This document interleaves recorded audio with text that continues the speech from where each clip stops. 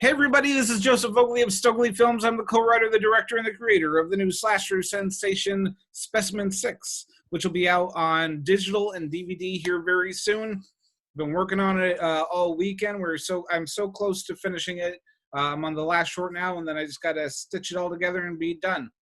And today, we have a very fascinating topic for you, but first I'm going to hand the reins over to my very lovely, my very titularly amazing, my very beautiful Italian import, Mariana Cipolletta. Please, Mariana, talk to the people for us. Give them some of that rosy, romantic language of yours that I so often love to hear in my ear.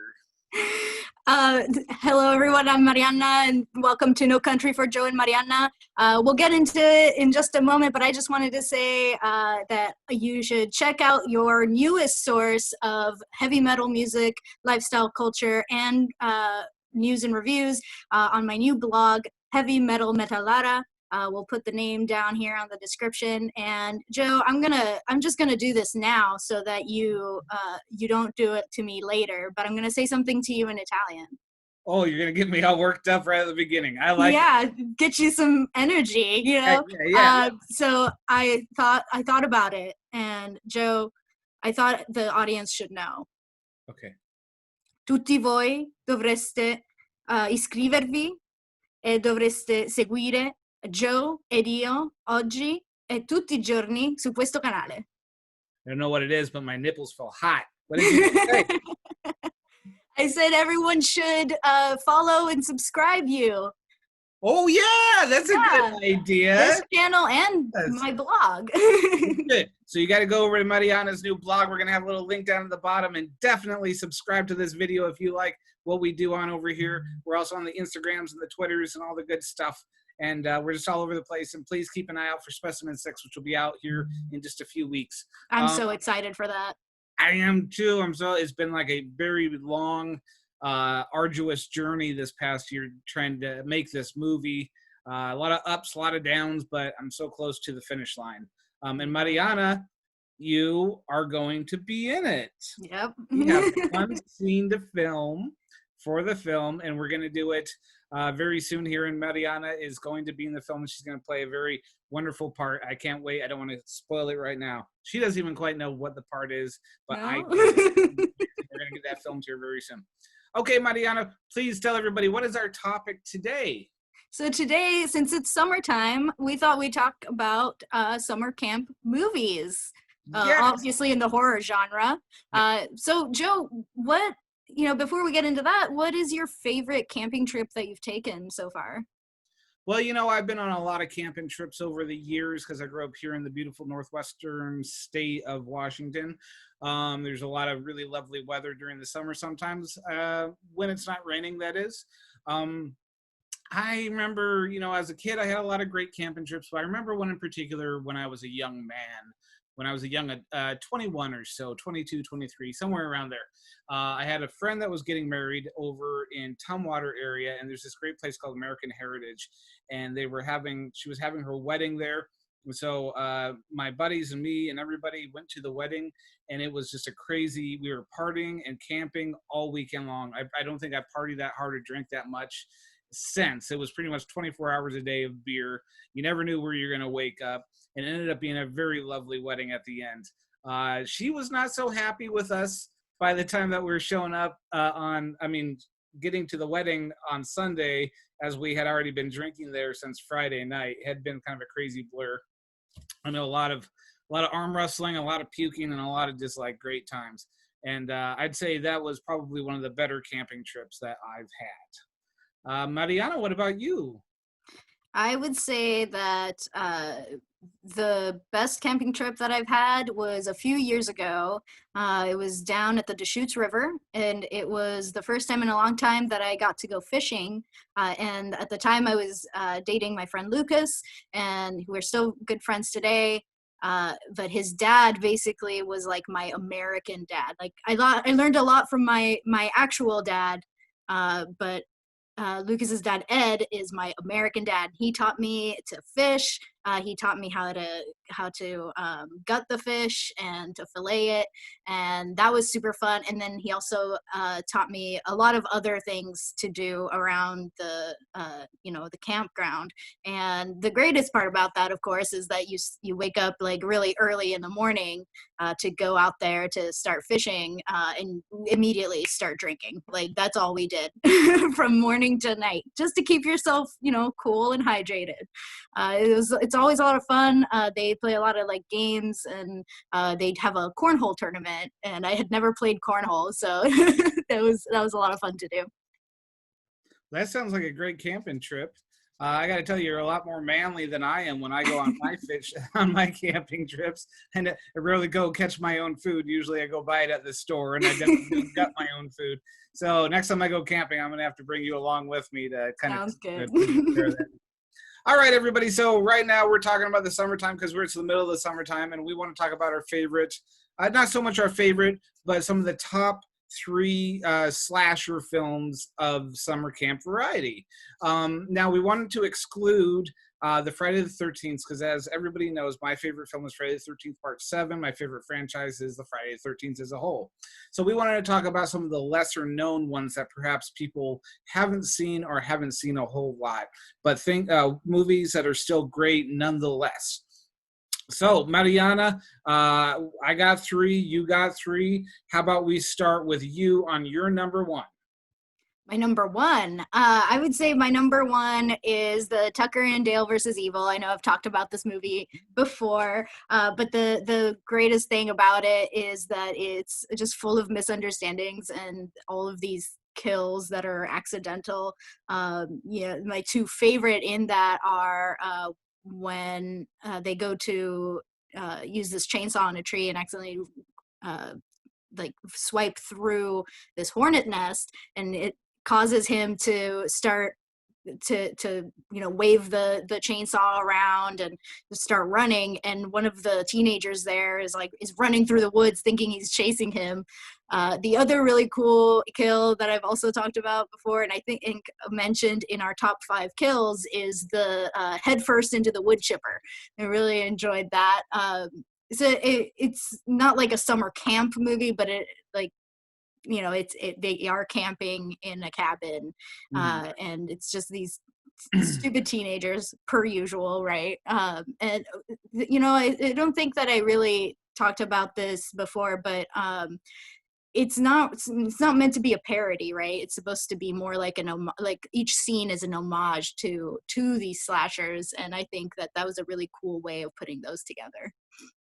Oh, well, that's a good one. Well, I would have to say that my number one, I don't think we're really going in our number. We're going to go just in our numbers. the first, second, third. First, second, third. They're just things that are on our list. I really like the film Bloody Murder 2, Closing Camp. Not a lot of people know about this film because it's an independent film. It's directed by this guy named Rob Spira that's done a little bit of TV and some other, smaller indie films. It has Tiffany Shepis in it, who is one of the great scream queens of the last 20 years. Anybody watching this show that's a horror movie fan knows Tiffany Shepis. And Bloody Murder 2, for some reason, it just really struck me as, as something, I don't know, just rubbed me the right way. Rubbed my rhubarb in a good way, as they say. And so it's basically a Friday the 13th ripoff in certain ways. So when you see the cover, and I'll post the cover right here in the post editing so you can see it, because there's this picture of a hook-handed hockey mask killer, and so it's very much a ripoff of Friday the 13th. But the thing about it, the movie, is he doesn't actually wear a hockey mask in the film. It's just kind of a funny thing that they put that on the cover to try to sell it like a Friday the 13th. It's about these camp counselors that are closing out the camp and trying to get things taken care of and swept away. And then they're all kind of stupid. They're playing stupid games. They're trying to have sex with each other. And then they go out to the woods and they play this game called Bloody Murder, where somebody dresses up like this killer, who in the film, there is that little bit of legend in the film where they talk about the killings that happened before, because this is part 2.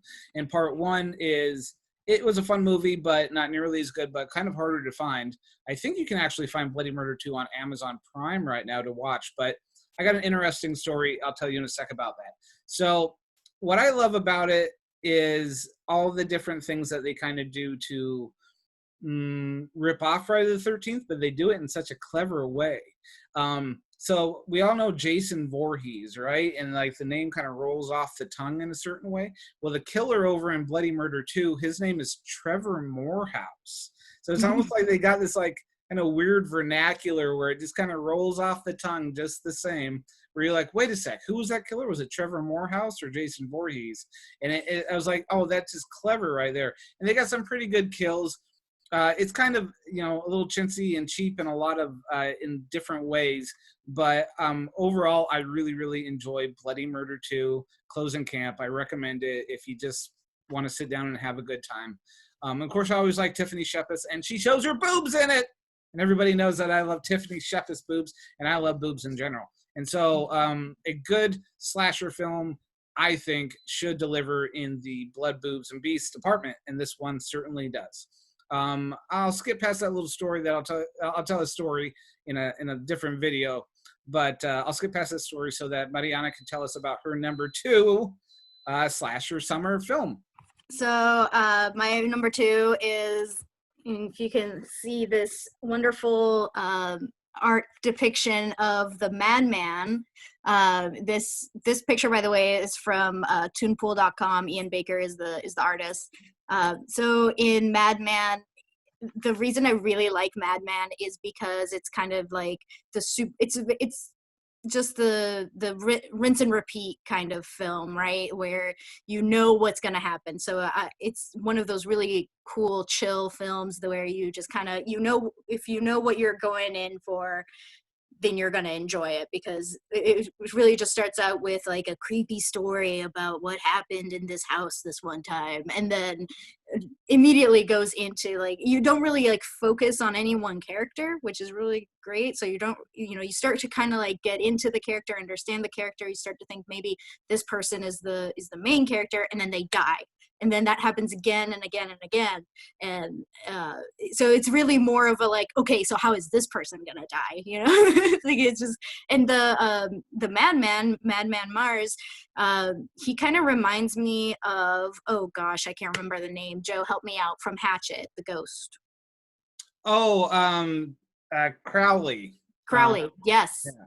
He like just the aesthetic, right? Like he's a big dude. And I think you're not really meant to ever really see his face, and so the lighting of this movie is perfect for it. It may be like more low budget, but the lighting, I think, did it more good than harm. Mm-hmm. So I highly recommend for someone, if you're just looking to like chill and watch a good slasher that you're gonna enjoy, just like pop open a beer and roll a joint or something and watch this movie.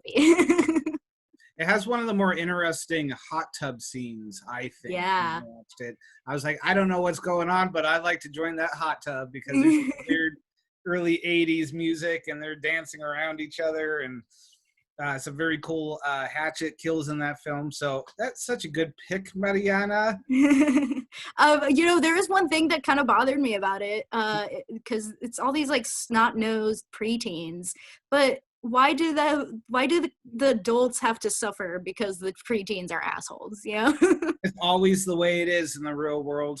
The teenagers are the assholes, and the adults have to suffer for their actions. Can't wait for Dead Teenagers. I know, yeah. Go check out SOV Horror. I'm really looking forward to buying Dead Teenagers. That one looks awesome. Okay, so the next one on my list, I would have to say, is Sleepaway Camp 2, Unhappy Campers. I enjoy this film because Pamela Springsteen is very an animated character. We all know number 1, but I wanted to go into number 2 because it has one of the odder sing-along song parts of any film I've seen.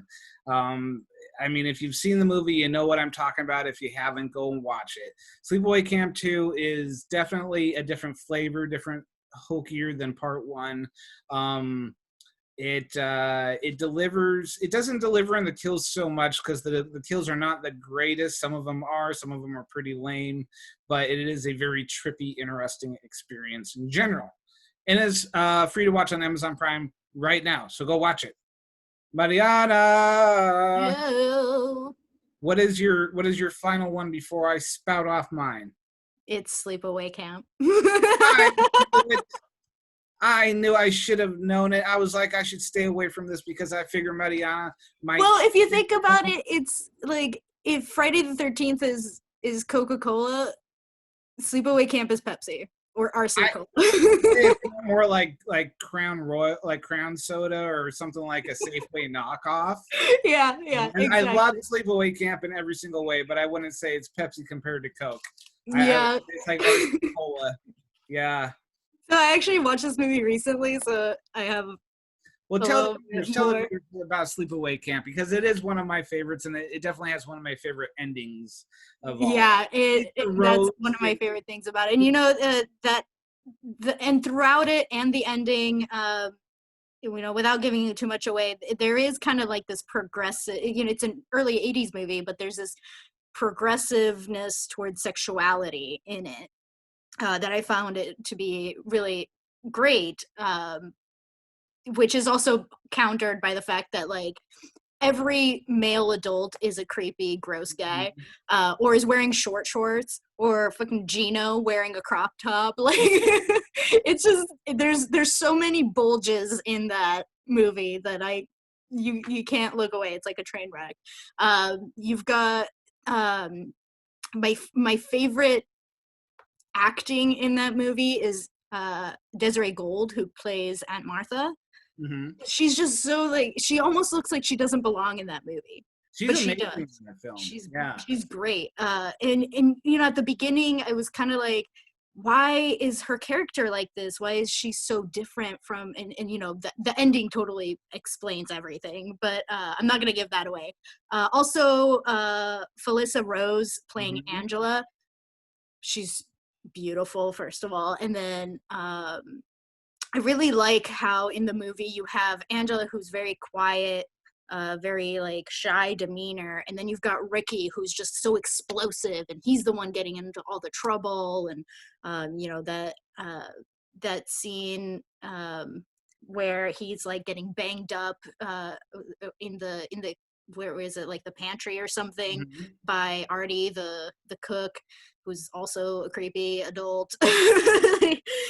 He's very emotive in his in his expression. I actually kind of looked into it. This movie has one of my favorite like how was it made documentaries for it, and there's a podcast out there too that covers it, and in that scene that pain is real because they had to redo that scene over and over again. And there's no like direction or he's actually getting pushed really hard into those shelves. And he in the interview, like he talks about like how he had like bruises and stuff on his back. I'll make one more point about this movie, and it's not really a point, it's more like my favorite scene is the unnecessarily long baseball game that they show, but the best part about it is the chirping. Some of like the best chirping I've ever heard. Just like insults flying left and right. And my favorite is "eat shit and live, Bill." Yeah. Because it's even worse. It's like, I want you to live so you can taste that shit. And favorite kill in there has to be of Jodie. Karen Fields plays Jodie, and it's a kill that you don't see on screen, but it's one that's stayed with me for a really long time since I first saw Sleepaway Camp, because just from the shadows you know what's happening, and I'm not gonna give it away, but it has to do with a curling iron.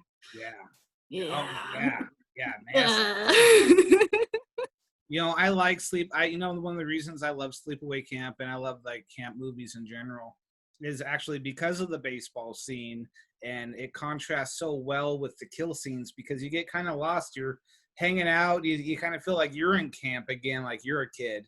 And so you get lost in, because kids really talk like that, where they're telling each other to fuck off and telling them to eat shit and stuff like that. Like, hey, parents out there, don't believe that your kids are all like sweet mouth little angels, because they ain't. Especially back in the 80s, we weren't. So yeah, and this movie, if you take out all of the kills and the ending, it's just a movie about kids at camp. It's just meatballs. Yeah. And of the 12 kills in there, 4 of them are bullcrap. The 4 kids that they just find in the woods. That's yeah, they don't even show them. They're just like, oh, there's another dead one right there. Yeah. So there's a low kill count, but the ending makes it oh yeah. There's so many one of my top movies of all time. And then all the crazy ending, which we can't say here because you don't want to give it away to people who haven't seen it. Go see Sleepaway Camp. I'm pretty sure it's on like Hulu and Amazon Prime for free. Just go watch it. It has probably in the top 3 craziest endings of any horror film of all time. Period. That's all I'm going to say about that. What's your last one? Oh, well, my last one is actually, it's been a while since I've seen it, but it's called The Burning. It's a lesser known slasher camp one. I remember the first time that I watched it, I thought, oh, The Burning, that's cool. It's loosely based off of kind of the Cropsey legend, which is from over in the East Coast. There's some pretty good documentaries about that. And even Madman is loosely based off the Cropsey legend as well. So The Burning is about this slasher who used to like work at the camp, and then at some point the kids played a prank on him and he lit on fire, and now he's come back so many years later and he's all scarred up and he's killing kids. The great thing about The Burning is it has a young Jason Alexander that's from Seinfeld fame. You're watching the film and there's a lot of really great kills. There's some good nudity here or there for age appropriate. It's a well-made film, great kills, but you kind of get lost in that whole summer vibe. So for long parts of the movie, you're hanging out with these characters who are just shit-talking each other, going swimming, having fun, playing baseball games. And then there was moments when I was watching, I completely forgot I was watching a horror film, and out of the blue, there ended up being like a crazy, wonderful kill. And you're like, oh, geez, but you actually felt for the character because you're like, you were hanging out with them like you're hanging out with the kids from Meatballs. In that film, nobody gets killed, so you end up kind of like loving those characters and wanting to be there with them and hang out with them. And same thing happened in The Burning, but then all of a sudden this guy starts killing people and it just hits your heartstrings just right. So if you haven't seen The Burning, it is actually a beautifully made film. It's got some great kills. And it's probably, other than Friday the 13th, my top summer camp slasher film, and it's such a well-made film. So that's it for me, Mariana. Awesome. Hey, Mariana. Yes, Joe. If you were to sit down and watch a wonderful, crazy summer camp slasher film, what sort of Italian dish do you think would go along with it? Italians aren't really campers, but since we're sitting down at home watching the movie. America, but Italian food. You know what I'm going to suggest, and this is going to sound super weird, and this actually is like for kids more than it is for adults, but I do remember enjoying it a lot. There's this like kids pizza that that I loved ordering. Pizza's and it's Italian just and American. It's an Italian pizza, and you know what? It's it's a little weird because it's no sauce. And I would totally eat this while watching camp movies. It's no sauce, and you just have Houston and French fries. Oh, what is the first thing you said? Hot dogs. Oh, okay. You said it in Italian. Okay. Yeah. She does that sometimes, folks. So hot dogs and what? And French fries hot on your pizza. French fries on your pizza. That sounds pretty awesome. It's freaking delicious. But there's no sauce. What is it? Just the dough, the French fries, and hot dogs? And cheese. Cheese. And like a ton of cheese. I think I'm going to go make that tonight, actually. I was like, we should make it for baby Frankenstein. Yes, we're gonna make that for baby Frankenstein. We'll tell you all about that. Oh, that sounds awesome. Oh, and we need a wine. What wine? I would say mead for this one. I would say the Viking Blood. So that's like honey wine, yeah? Yeah, it's a honey wine. The Viking Blood is not as sweet as some of the other ones. I would also suggest it chilled. So for, nice in the summertime for it to be chilled. The brand is Danskmed, and they have a lot of really cool, really great ones. There's even a spiced one that I might even recommend for this type of movie. But yeah, Viking Blood is delicious. That sounds awesome. Well, there you go, folks. There you have it. You got my 3. You got Mariana's 3. So if you got any suggestions, maybe things that we haven't heard about, please put it down in the comments section, because we'd love to have a conversation with you. And remember to hit subscribe, hit the bell, do all that good stuff if you like this. And if you really just come here to check out Mariana, I'm perfectly cool with that too. It works. That's why she's here. That's why he bought me and had me shipped over. Yep, she's one of those mail order Italian gals over there. So, all right. This one's inappropriate. I don't know if people. Oh my God, I can't believe they're going there. All right, everybody. Well, thanks for joining us again. Mariana, could you please say something wonderful in Italian, as you know I like? Yeah, I'm going to do it again. Iscrivetevi. Oh, Jesus. Oh, she gets me every Subscribe. time. Oh, that's right. Yes. Oh, she boils my blood and gets my heart pumping. All right, everybody. Well, thanks for coming over here at the No Country for Joe and Mariana podcast.